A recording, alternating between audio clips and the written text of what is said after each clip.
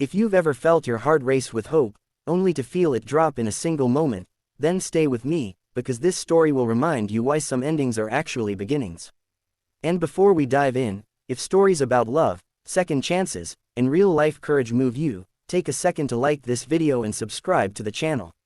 You never know which story might be the one that speaks directly to your heart. The first time Ethan smiled in months, it wasn't because something extraordinary happened. It was because his 5-year-old daughter, Lily, had put 2 different socks on his feet and said, "Now you look fun again, Daddy."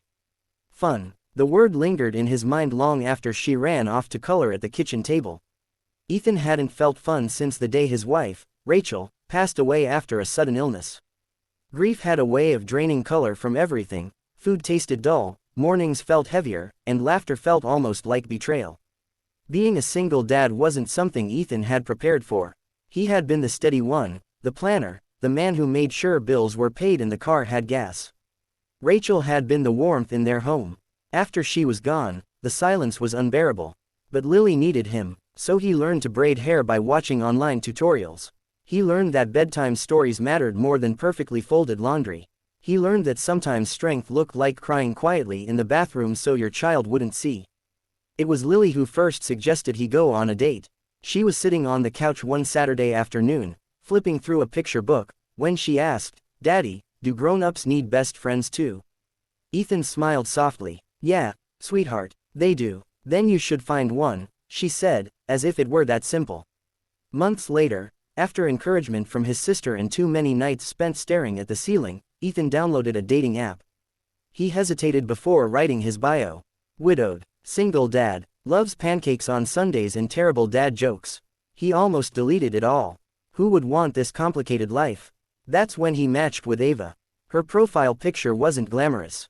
She was sitting on a park bench, hair pulled back, sunlight catching her smile. Her bio read, "Coffee enthusiast, book lover, big believer in second chances." There was something honest about it. Their first few messages were cautious, polite, light jokes about coffee preferences and favorite movies. Then one night, at 11:47 p.m., Ethan found himself telling her about Lily's obsession with dinosaurs and how she insisted her stuffed T-Rex needed a bedtime kiss. Ava replied with a laughing emoji and wrote, "That's the cutest thing I've heard all week." It felt easy. After 3 weeks of messaging and a couple of phone calls, they agreed to meet for dinner at a small Italian restaurant downtown. Ethan hadn't worn his navy button-down shirt in over a year. As he adjusted the collar in the mirror, Lily peeked into the room. "You look handsome, Daddy," she said, giving him a thumbs up. "You think so? I know so." At the restaurant, Ethan arrived 10 minutes early.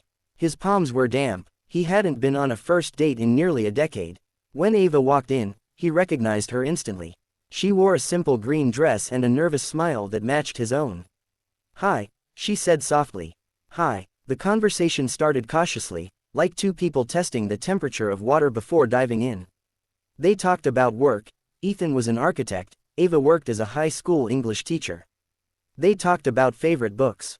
She loved classic novels. He admitted he hadn't finished a book in years but promised to try again. Then something shifted. They started laughing. Really laughing. Ethan told her about the time Lily insisted on bringing a rock collection into the grocery store.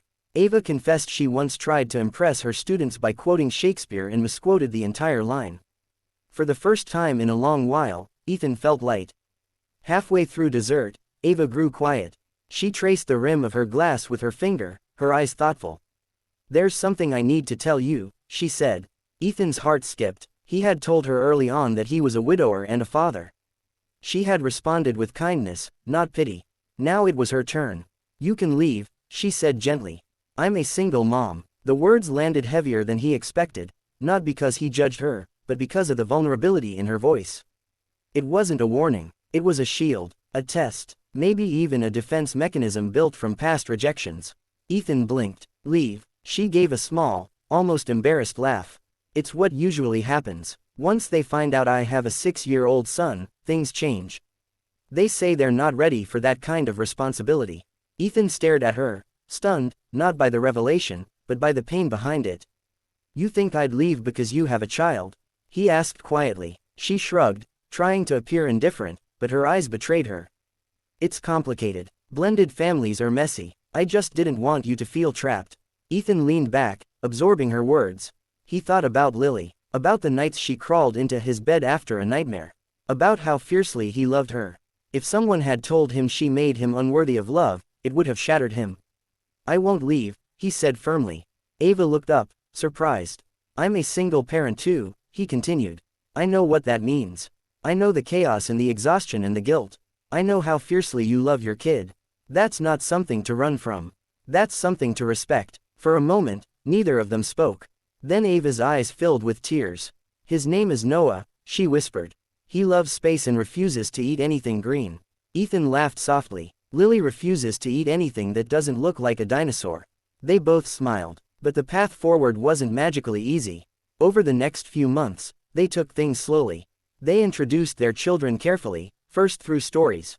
Lily knew about Miss Ava who likes books. Noah heard about Mr. Ethan who builds buildings. The first playdate was awkward. Lily clung to Ethan's leg. Noah hid behind Ava's coat. There were tense moments, shared toys that weren't actually shared, minor meltdowns over whose turn it was. Blending lives meant navigating schedules, ex-partners in Ava's case, grief in Ethan's. There were nights when doubts crept in. Was this fair to the kids? Were they forcing something too complicated? One evening, after a particularly chaotic day, Ethan found himself sitting on the porch with Ava, both of them exhausted. Maybe this is too hard, she murmured. Ethan shook his head. Hard doesn't mean wrong. Inside the house, Lily and Noah were sprawled on the floor, building a lopsided tower of blocks. When it fell, they burst into giggles. Ava watched them through the window. They're laughing. So are we, Ethan said gently. Over time, laughter became more frequent than tears. Lily started asking when Noah would come over again. Noah asked if Ethan could help him build a model rocket. Traditions began to form. Saturday park trips, Sunday pancake breakfasts with 4 chairs instead of 2. The real turning point came when Lily had a school recital. She was nervous, scanning the audience with wide eyes. Ethan squeezed her hand before she went on stage. When she stepped into the spotlight, she saw not just her father, but Ava and Noah sitting beside him, cheering. Later that night, Lily whispered. It felt like we were a team. A team. Ethan realized then that love wasn't about replacing what was lost. It was about expanding what was possible. A year after that first date, Ethan took Ava back to the same Italian restaurant. This time, there was less nervousness and more certainty. I'm glad you didn't leave, she said, smiling. I'm glad you told me too, he replied. Because it showed me how brave you are. Love, they discovered, wasn't about finding someone without baggage. It was about finding someone willing to help you carry it. If you're watching this and you feel like your story is too complicated, too messy, too broken for love, remember Ethan and Ava. Remember that sometimes the very thing you fear will drive someone away as the very thing that draws the right person closer. Second chances don't come wrapped in perfection. They come wrapped in courage.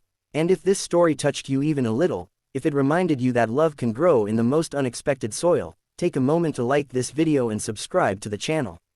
Because somewhere out there, another single mom, another single dad, is wondering if they're too much to be loved. They're not, and neither are you.